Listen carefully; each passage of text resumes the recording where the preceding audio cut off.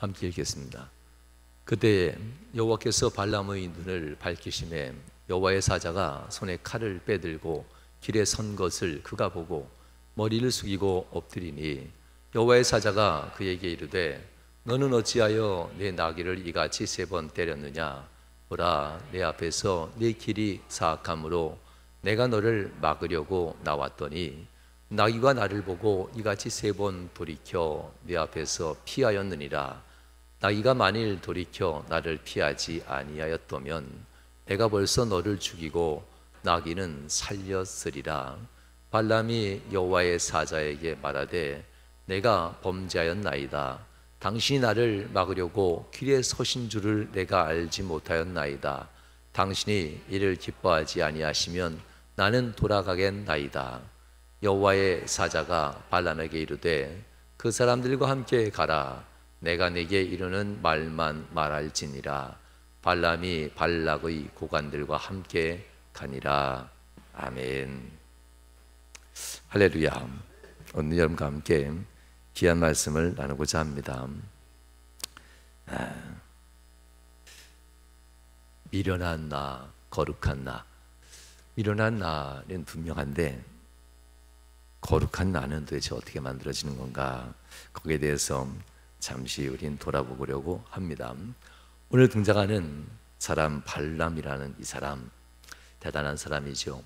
왜냐하면 그의 사는 곳은 메소포타미아 부돌이라는 곳입니다. 곧 아브라함과 그의 아버지가 살던 곳입니다. 가나안 땅에서는 1000km 넘는 떨어진 곳입니다. 가나안 땅에까지 그의 이름이 유명해졌다라고 하는 것, 지금에야 차를 타고 가도 1000km 하면 굉장히 먼 길인데요, 당시에는 낙타 타고 가도 수십 일은 가야 될 거리입니다. 그 멀고 먼 곳에서 이 부돌의 사람, 부돌이라는 지역에 사는 이 발람의 신앙이 유명해졌다는 겁니다. 엄청 유명해졌다고 하는 것. 하나님의 사람, 그가 얘기하는 것이 옳고 그가 얘기하는 것이 참 많이 맞아떨어졌다라는 거죠. 그래서 사람들은 그에게 자기의 이야기를 해주고 그에게 또한 하나님 앞에 묻고 기도 응답 받기를 소원하면서 갑니다. 그러나 모든 사람들이 이러한 영적인 사람 앞에 기도 응답을 다 받는 것은 아닙니다. 오는 사람마다 다 기도 응답해 준다면 점쟁이지요. 하나님 앞에서 오는 사람마다 좋은 길을 열어준다면 이건 세상 점쟁이 겁니다. 하나님은 분명 좋은 길만 주지는 않습니다. 발람이란 이 사람 분명 괜찮은 사람입니다.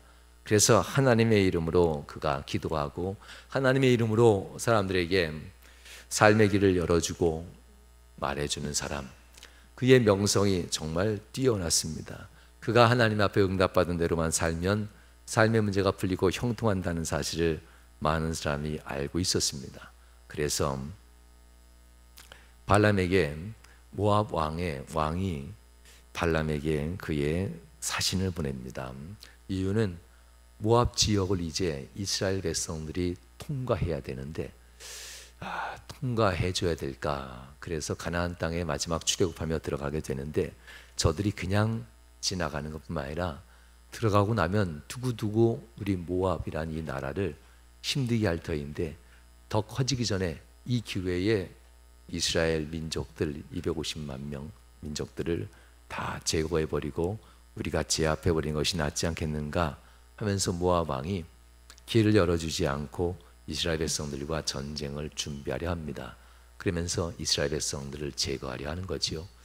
성경에선 이스라엘 백성들을 얘기할 때 그들은 내게 복받은 자들이다 라고 얘기하죠.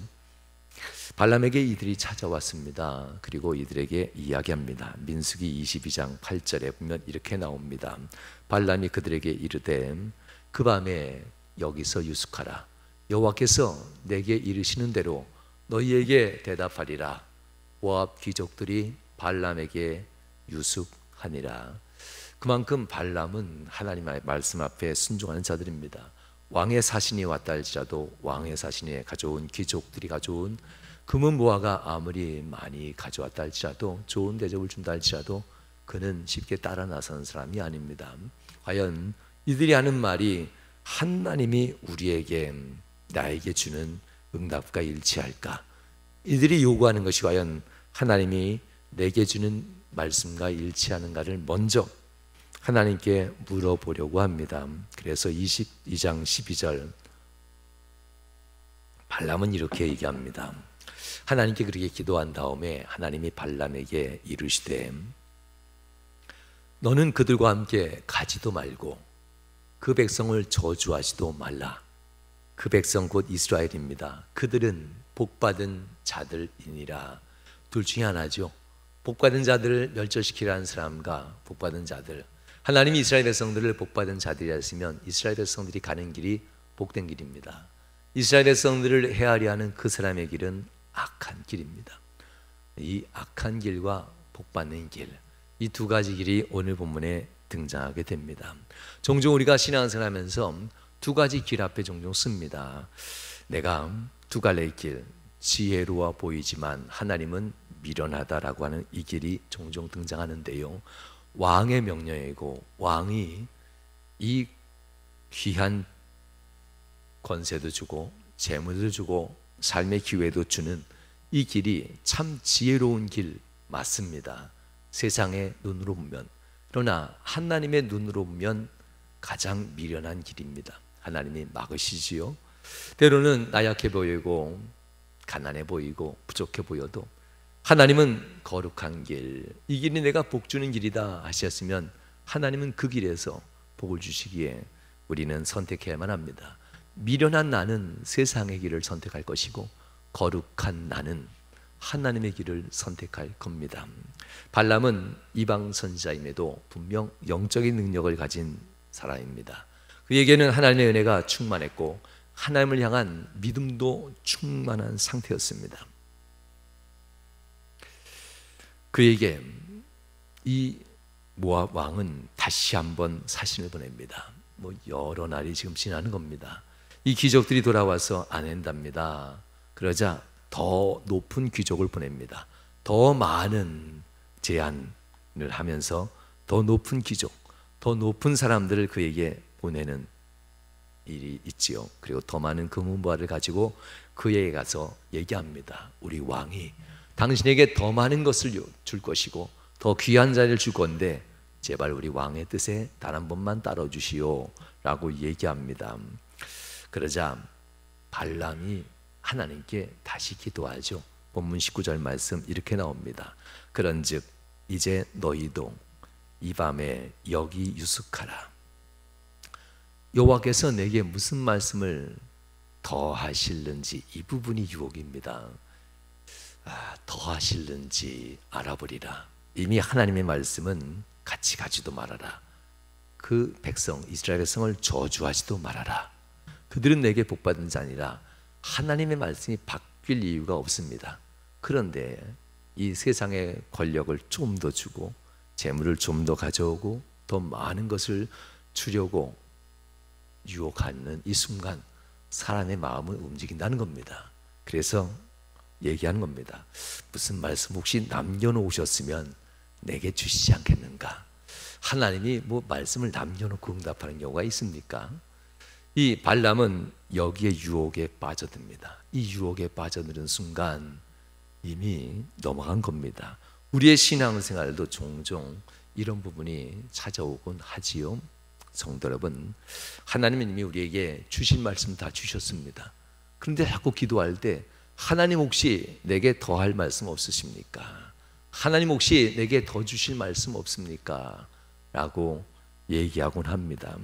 밤에 하나님이 발람에게 임하여 이르시되 그 사람들이 너를 부르러 왔거든 일어나 함께 가라. 그러나 이 부분입니다. 마음대로 해석하면 안 되지요. 내가 내게 이르는 말만 준행할지니라. 이 이르는 말만 준행한다는 것이 정말 힘듭니다.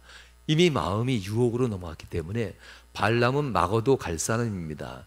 잠시 뒤에 얼마 뒤에 이 발람은 반드시 그 재물을 붙들고 갈 사람이 되었다는 겁니다. 마음의 믿음을 지키는 것도 어려운데요.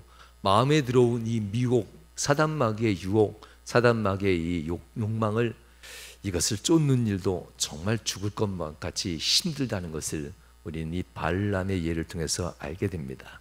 내가 네게 이르는 말만 준행할지니라. 얼마나 힘들까요? 그가 결국 하게 됩니다. 그가 실패한 것은 어려울 때가 아니었습니다. 가장 인정받을 때, 가장 잘 나갈 때죠. 가장 성공했다 했을 때, 당신 사장님 아니면, 대표님 아니면 이 문제 해결할 사람 없습니다. 가장 잘 나갈 때입니다. 가장 잘 될 때 그는 실패를 경험하게 되지요. 바로 그때였습니다. 삶의 안정이 찾아오고 뭐가 되는 것처럼 느껴질 그때, 이 발람에게는 힘든 유혹이 찾아옵니다.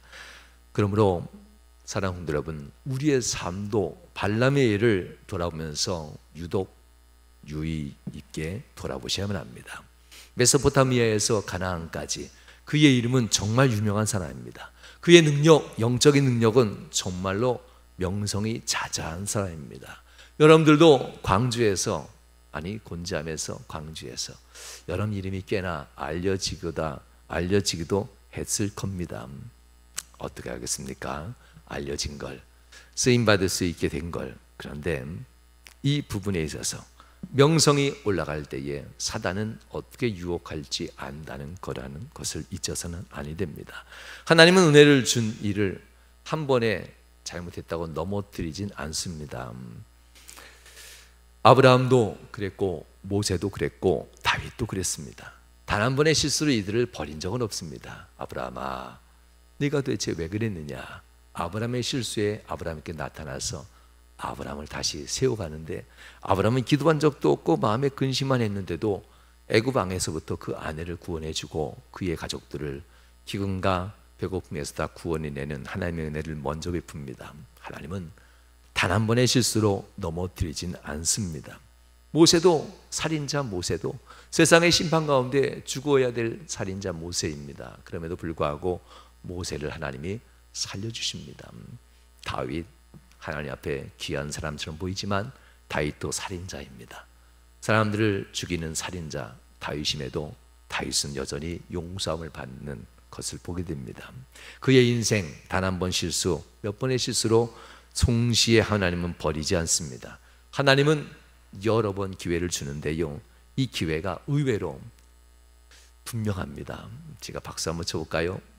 소리 잘 들리시지요? 잘 들리시지요? 네, 박수. 이 소리입니다. 우리 스스로 기회를 잡으라 하면요, 잘 못 잡아요. 스스로 돌이키라고 하면 잘 못 돌이켜요. 스스로 결단하라 하면요, 진리를 아는데도 결단하고 돌이키는 데는 스스로 하는 것이 힘들어요.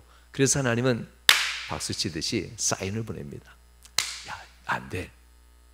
안 된데도 진짜 안 돼. 이 사인을 꼭 보냅니다. 발람에게 바로 하나님은 그런 사인을 보냅니다. 영적인 사인을. 여러분들에게 있어서도 영적인 사인은 우리에게 어떻게 올까요? 인간관계, 건강, 재물, 또 뭐가 있을까요? 내가 하려는 어떤 일들, 이런 것들이 잘 되는 것은 영적인 사인이라고 볼 수 없어요. 이런 것들이 막히고 무너지고 쓰러지고 병들고 갑자기 예기치 않게 다가올 때는요, 처음부터 엄청난 큰일이 다가오진 않아요. 감당할 만한 것부터 다가옵니다. 하나님의 사인이죠. 감당할 만한 것. 어느 날 갑자기 이건 아닌데 내가 갑자기 왜 아팠을까?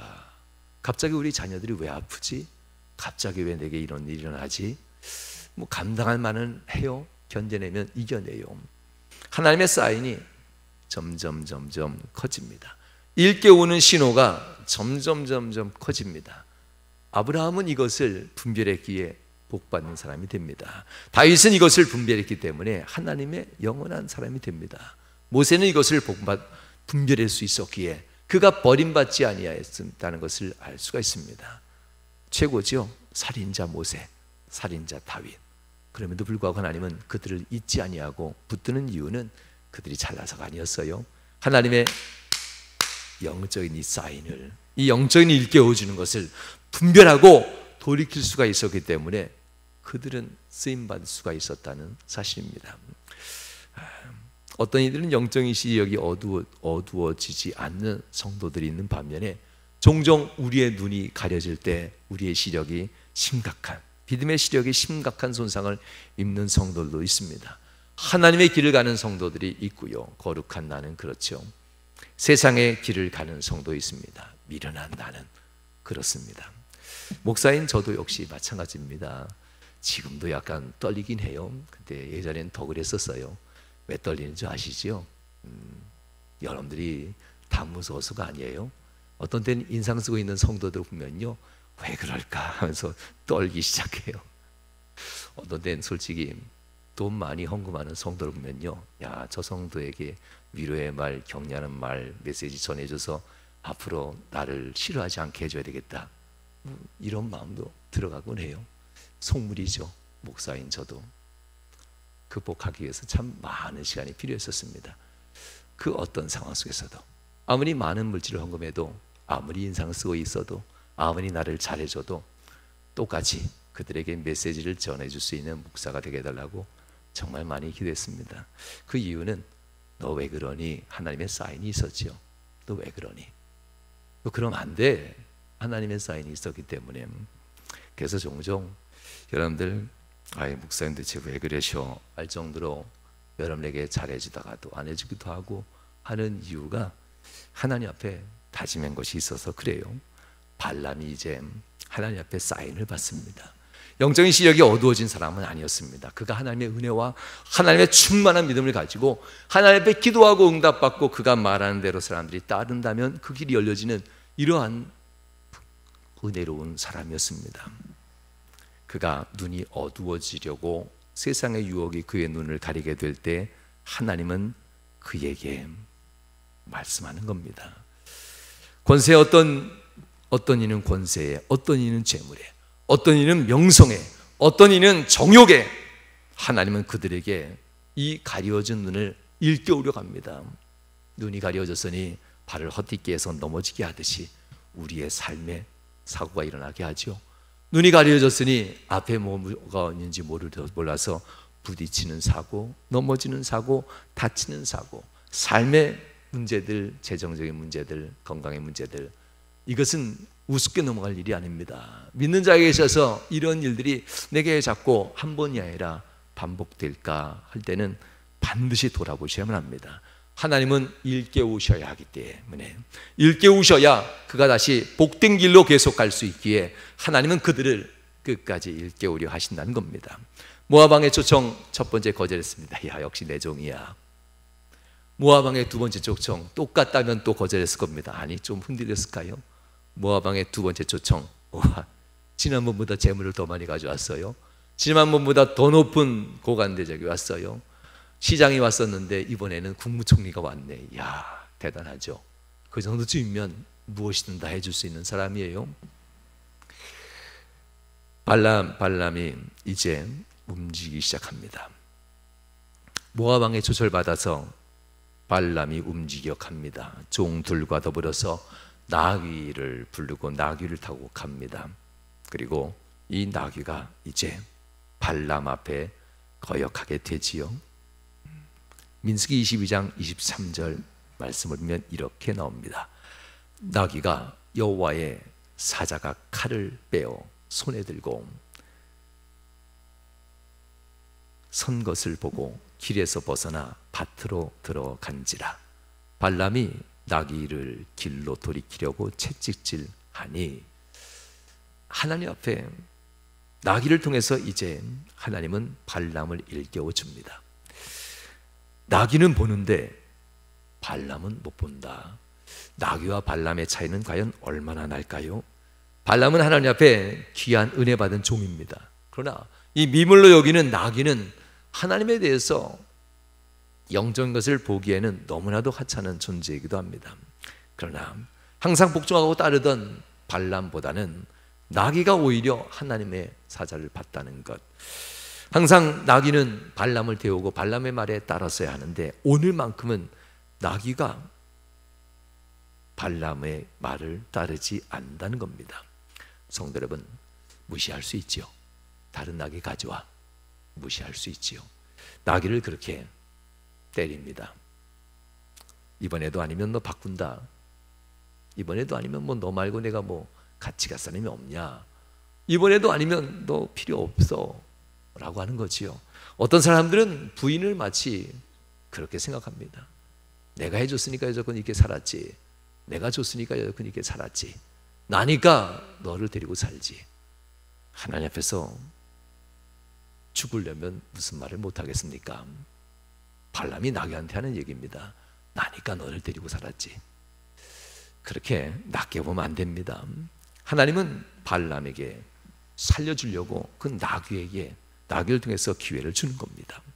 나귀에 비해 자신은 비교할 수 없는 존재라고 하는 이 우월감이, 나귀는 내게 그 어떤 교훈도 줄 수 없다라는 이 생각이 나귀가 행동하는 것에 하나님의 은혜를 깨달지 못합니다. 그에게 항상 따랐고, 그에게 항상 복종했고, 그의 말을 따라야만 했고, 그의 말을 따라서 기르면 기는 역할까지 해야만 했고, 그의 말대로 살아야 됐던 주변 사람들, 자기의 아내까지도. 그러나 그렇게 나약하게 미천하게 생각했던 그가, 그에게 있어서 마지막 살 수 있는 기회의 유일한 방법이었다는 사실입니다. 성도 여러분, 하나님의 사자, 곧 메신저가 아닙니다. 메시지 전하는 사자가 아니었습니다. 여기서 보낸 사자는 죽이라, 칼을 들고 내려온 사자입니다. 죽이라는 사자. 나귀는 이 죽는 자, 죽이라는 사자의 이 죽을 자리를 알고 살 자리를 피해서 갑니다. 발람은 나귀를 때리면서 죽을 자리인지도 모르고 가는 모습을 볼 수 있지요. 죽을 자리와 살 자리를 그리도 잘 알려주던 사람이 어느덧 본인에게 죽을 자리와 살 자리를 분간하지 못하는 사람으로 바뀌었다는 이야기입니다. 성도 여러분, 3번이나 나귀를 때리지요. 이것은 거꾸로 3번이나 발람 앞에 죽일 자가 서 있다는 겁니다. 3번이나 나귀를 쳐서 나귀를 아프게 하는데, 이 나귀를 그냥 때렸을까요? 엄청 때렸겠지요. 자신을 모르게 매질하는 주인, 매보다 칼을 빼들고 나를 죽이려 하는 죽음의 사자가 더 무서웠잖아요. 나를 죽이려 하는, 나를 때리는 주인보다도 나를 죽이려 하는 죽음의 천사가 더 무서웠기에 이 나귀는 엎드려서 매를 맞습니다. 미물이라도 집에서 눈물을 흘려 기도하는 아내가 여러분들을 살려냅니다. 약해 보여도, 아무것도 할 수 없어 보여도, 부족해 보여도 여러분 집에서 기도하고 있는 그 아내가 여러분들을 살려내고, 그 친구가, 그 이웃이, 그 믿음의 형제 자매들이 여러분들을 살려냅니다. 성도 여러분, 그럼에도 불구하고 발람은 깨달을 수 없었다는 겁니다. 왜냐하면 이미 미혹받았지요.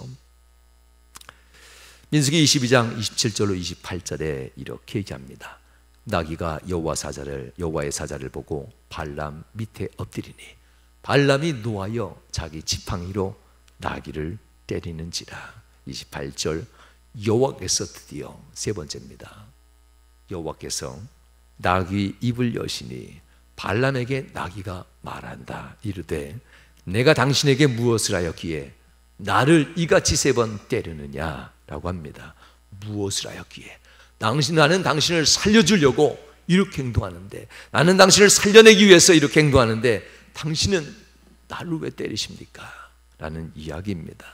발람은 나귀가 말하는 것에 충격받아야 되는데 안 받습니다. 오히려 나귀를 때리고 나귀와 싸우려고 합니다. 정말 어리석지요. 하나님이 나타납니다. 사자가 이제 보이지요. 성도 여러분, 그때까지도 발람은 여전히 나귀를 때리고 있습니다. 자기를 살려주려고 하나님이 나귀의 입을 열어서까지 나귀가 말하는데도 나귀의 말을 믿지 않습니다. 눈이 먼 이 선지자 발람은 나귀보다도 훨씬 못한 신앙인으로 전락했습니다. 거룩한 믿음의 사람의 추억만 가지고 있을지 실제는 미련한 사람, 전에는 거룩한 하나님의 믿음의 사람인 것만 추억하고 있지, 그래서 지금도 나는 거룩해, 지금도 나는 응답받고 있고 지금도 나는 괜찮아 라고 얘기하겠지만 실제로는 그는 지금 미련한 사람으로 전락되어졌다는 사실입니다. 시편 49편 20절엔 이렇게 얘기합니다.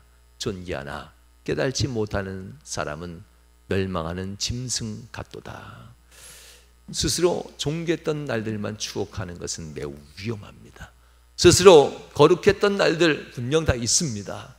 아브라함도 그랬고 모세도 그랬고 다윗도 그랬고 하나님 앞에 쓰임받고 거룩해졌던 순간이 있습니다. 그러나 내가 내 아내를 버린 짐승만도 못한 자입니다. 내가 사람을 죽인 살인자입니다. 자기가 얼마나 약한 자인지를 하나님 앞에 항상 깨닫고 있어야만 합니다.